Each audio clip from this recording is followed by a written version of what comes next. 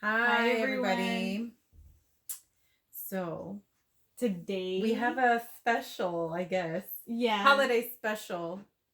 Um, so we're going to be talking about Thanksgiving.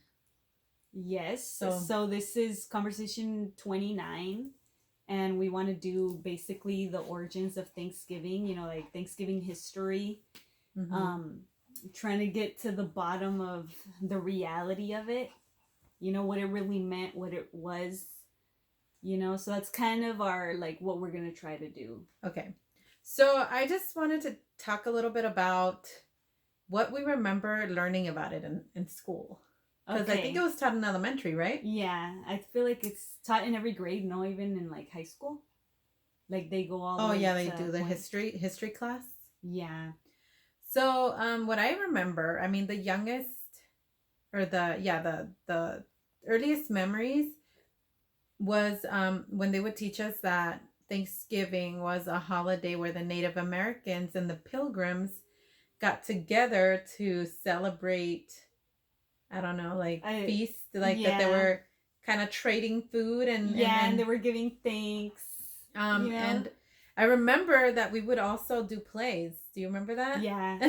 Yeah. Like some of us would dress up like natives and then some of us would be like pilgrims. Do you remember?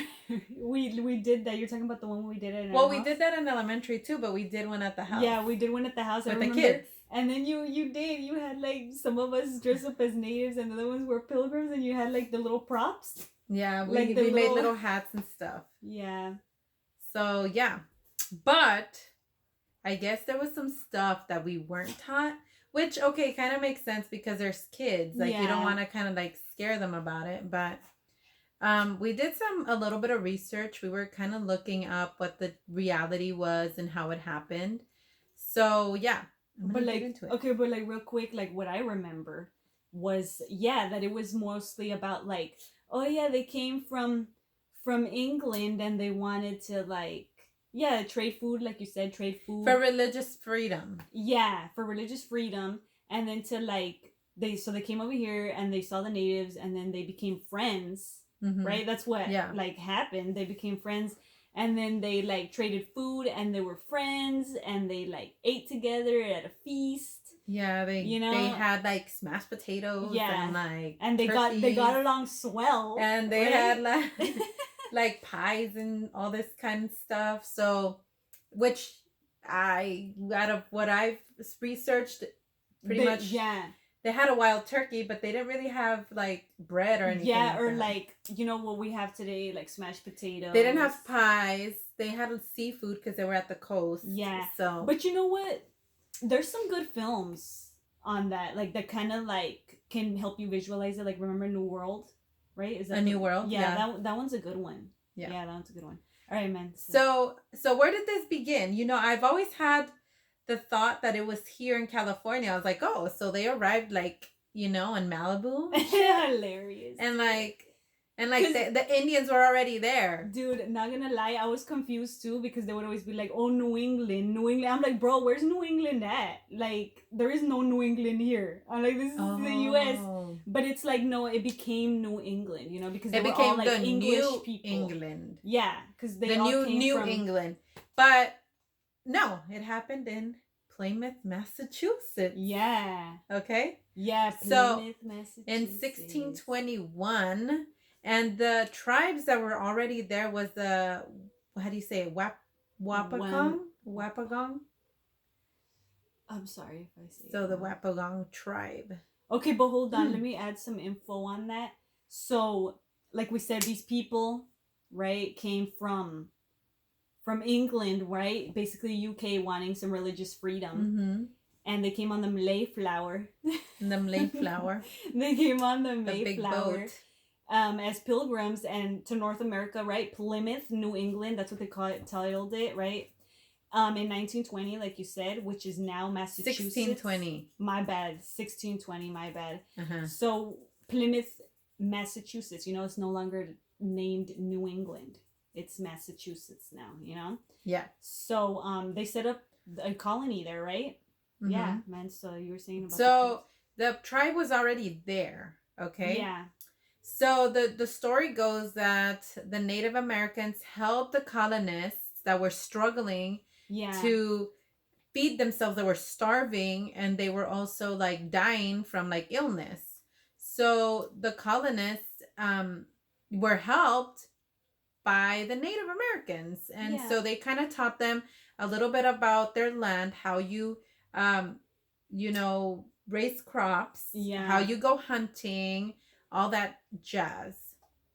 Because it was, of course, their stomping ground, so they were obviously they knew familiar. It. I mean, yeah, they knew what you know, what it was, what, how to work the lands, how to get their way, how to, you know, move around. Yeah. So, and the colonists decided to throw a little party, like a little feast with the natives, and be like, hey, thank you, come for dinner, you know?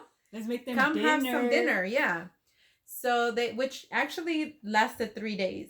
Yeah, that's what. So, yeah. I guess they like had a sleepover, like slumber party, you know, with the natives. 3-day party, food fest. Yeah.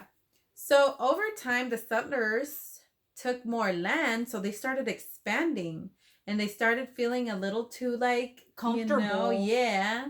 And so the native population, you know, started to become reduced because of all these illnesses that were coming with the colonists. So they said that around 50% of natives died. Wow, like that is a big percentage. Because, you know, think about it. Like, these people have never been exposed to any of the diseases that, you know, the cities have. Absolutely. And even so, like, I feel like even now it still correlates, because look at the flu. When people, you know, in the winter, we're more cozy up, we're more like spending time together.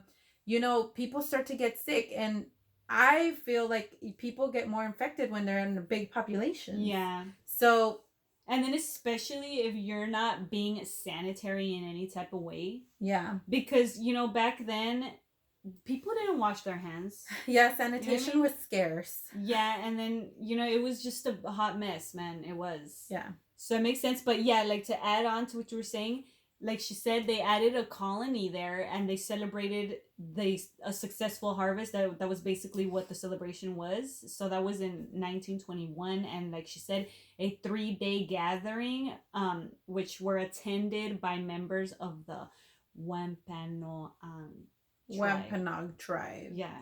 Okay. So yeah, they attended. And I wanted to talk a little bit. I don't know if you have anything about the Native American that spoke English, Squanto. Oh, no. So Squanto, I guess stories, or the way we were taught, was that Squanto was part of the Wampanoag native tribe, and that he was the only one that can communicate with the colonists because he spoke English. But no, like, he was actually a slave for the English. So they had taken him as a slave, and when they decided to do this voyage to the New World, they brought him along because they're like, hey, he's gonna be able to communicate with his, you know, tribe members. So that's how they would communicate, through him. Because, to be honest, that did sound a little too good to be true. Like, oh, like we found somebody there who like spoke our language. You know what I mean? Yeah. I don't know. So I thought that was interesting, like, because I was never taught that in school, that he was a slave that had been taken. Like, so that was pretty, and, you know, bothersome. Like, to add to that, man, you know, like, I was trying to read, like, hey, what was the true story of like Thanksgiving, you know, and it was basically saying that textbooks basically simplified the story to its most pleasant version, to what was most pleasant. Like, they don't always do that for children's books, or for like even like high school students, you know. Yeah, and I heard it had to make, you know, where you're at look like the good guy. You know what I mean? Yeah, like I feel like that's true for any, like, whenever anybody's, you know what's history, crazy though? I took, did you take history and what is it, CSUB in college? Or the university? Oh yeah, I did. Well, I took the class, and my professor, he was very passionate about how evil we were to the natives. So he made sure that that point was across, how we almost like killed the whole race. Yeah. The population of natives. It was a huge number. It was a huge number. I mean, I don't want to say us because we're Native American. Yeah, we are. Southern Native Americans. Yes, Southern. So, I'm pretty sure that we lived as homies with the Native Americans. I'm pretty sure. And then, we kept to our own. Like, I'm pretty sure we weren't trying to, like, invade, like... No, because we had Mexico, dude. Yeah, like, we had our own little stomping ground, you know what I mean? Like, everybody... Yeah, but, yeah, so I feel like that was the interesting part, how, like, textbooks feel the need to do that. To, like, sugarcoat stuff. Yeah, and, like, wherever you're reading your history from wherever you live, it's gonna be, like, the winning side of things, like the positive side, and because nobody ever wants to show negative sides of anything, but that's the reality, bro. And you don't want to teach that to little 4-year-olds. I mean, you don't. I mean, little elementary kids. You don't. But then why are you lying to them too? Yeah, I don't know. Like, I don't know. It's not okay. And then you grow up to find out the truth, and then you're like, wait, it's like Santa. He's fake. But okay, so later in 1675, the colonists declared war with the Wampanoag tribe due to murders that have been happening from, I think there was 2 murders in the colony. And I think that some of the natives got into a fight about something, and, there was people that, died. And so the colonists also became allies with the Monegans and the Pequots, which were other Native Americans that were in the surrounding areas. So, yeah. Interesting. So, in 1863, Thanksgiving became an official holiday by Abraham Lincoln. Yeah, so like that little situation there, like how it became an official holiday. So basically, Lincoln declared it as like kind of a thank you for the Civil War victories that they won in Vicksburg, Mississippi, and in Gettysburg, Pennsylvania. So they felt like, oh, here's a thank you. Let's make this a holiday. Interesting stuff. And I one more thing to add. This wasn't the first Thanksgiving. You know how they claim that it was like the first Thanksgiving? Yeah. Like, it really wasn't, because Native Americans as well as Europeans had been holding festivals way prior to like this first Thanksgiving situation to celebrate like successful harvests for centuries. Like, so they've been doing it for like long time. And like it makes sense. Centuries back. Like that makes sense why, like, like a successful harvest. I mean, we would celebrate. Successful. I know, yeah. If we were harvesting stuff, we'd be like, heck yeah, like this took a lot of work. Let's celebrate. Let's go get some marisco somewhere. Yeah, it makes sense. Yeah, for those mariscos. Yeah. So, the crazy thing is that there was, it didn't end up as they portray it to be. Yeah. It didn't end up as, it was always happy and like they were always homies. No, eventually wars broke out, and the colonists took over, and a lot of the natives were pushed out, killed. They were dying of illnesses. So it's kind of like, I feel like it's not like a good thing. Like, it's not like something that we want to celebrate. Yeah. Because I feel like if that was my people, I would be angry. Yeah. Same. I'd be like, no, you guys just came over here. We're trying to be nice. Because they were saying that the Native Americans saw it as, this is not our land, it's everybody's land. See, so they accepted everybody. Like, I felt that from the get-go to when you were saying like, oh, they, as a gratitude, they decided to celebrate a feast. Like, hey, like, you guys, I feel like they came with open arms. The natives, I feel like they were like open to it. Like, okay, you want to come here? Like, yeah, as long as everything comes with peace, we'll show you what you need to know. Like, I feel like they consider them as like their own tribe who could also settle there. You know what I mean? Yeah, like they were open to like newcomers. Yeah, they were. And so I feel like, for people to start to gain like that comfort, like you were saying. Oh, Yeah. I'm gonna take all this. This yeah, is mine. I'm you gonna give protect it somebody if your somebody tries. hand and they take your arm. And but you I know? feel like that's that's their mindset from New England, because that's how it was. Everybody had their land, their property, and it belonged to them. Yeah. So I feel like it was already engraved. Like, hey, this is my cultural for sure. I yeah. feel like it was culture. And the natives were like free to roam wherever they wanted, and to travel and what do they call it when, remember in Moana how they would voyage and find new lands, and they would just settle. Mm-hmm. So I feel like that's how they kind of were. And I feel like they were good at keeping all their stuff handled, because think about it, man. They went like a good amount of time being able to handle like whatever sickness came their way, you know? Yeah. So when something foreign came, they were like, it was devastating. We don't know how to handle this. We don't know how to handle these sicknesses, you know? So it was, but I feel like they did have it under control before, like, all this went down. So anywho, so I mean, how do you feel I kind of feel like people, like, I wanted to talk a little bit about the ignorance when it comes to trying to tell people, oh, leave this country, or oh, this is our country, like, with the racial and like the bias, and talking about and that prejudice. Yeah, like oh, this is our land. No, it's not. I mean, who it belonged to. What happened. Like, this holiday that we're celebrating freaking tells you what went on. And so I feel like people that say things like that, it's like, dude, educate yourself. Yeah. Because it's not just like, oh, it belongs to all of us. Yeah. But people came migrating here since the beginning. Since even before we started nations, before we started states, before all of that, this land was already taken by Native Americans. Yeah. So it's and you know what the interesting part about it was, that Native Americans didn't see color.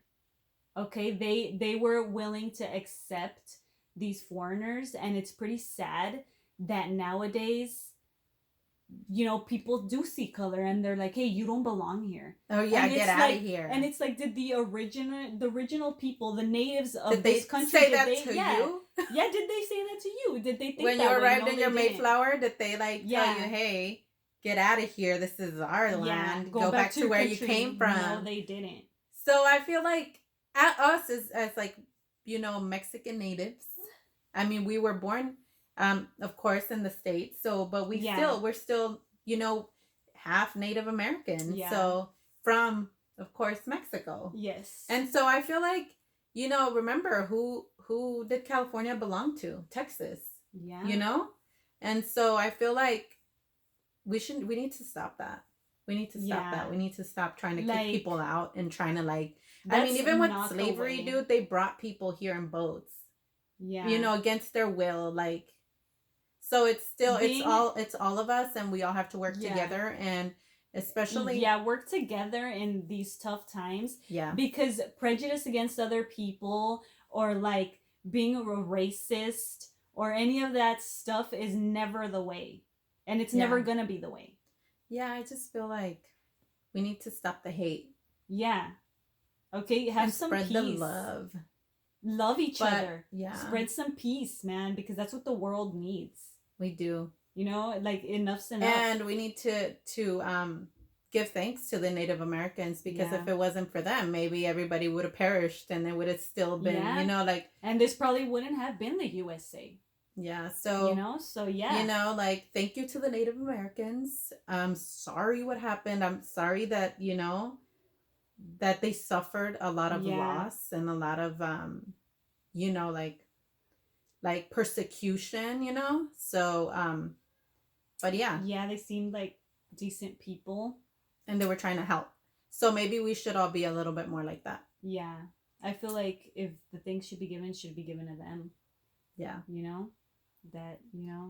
But so I think that's all we have for you guys this week. I hope you guys enjoy your Thanksgiving. Of course, for us, we celebrated. I feel like for us, it's evolved more into like a family holiday. Like want to celebrate it. Spend time with your family. Be thankful for everything that you've had this year and the years prior. And I feel like, that's basically what it is to us. Like, being able to and I feel like together. To a lot of people, it's evolved into something, that's more personal, I would say.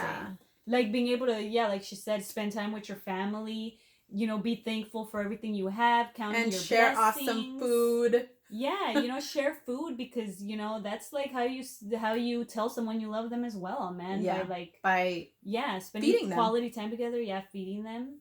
So I hope you guys enjoy your Thanksgiving, and hopefully everything's safe. Yeah. I can't wait for this quarantine to be over. Yes. But so keep yourself safe, everyone. Yeah. And we'll see you on the next conversation. Bye. Bye.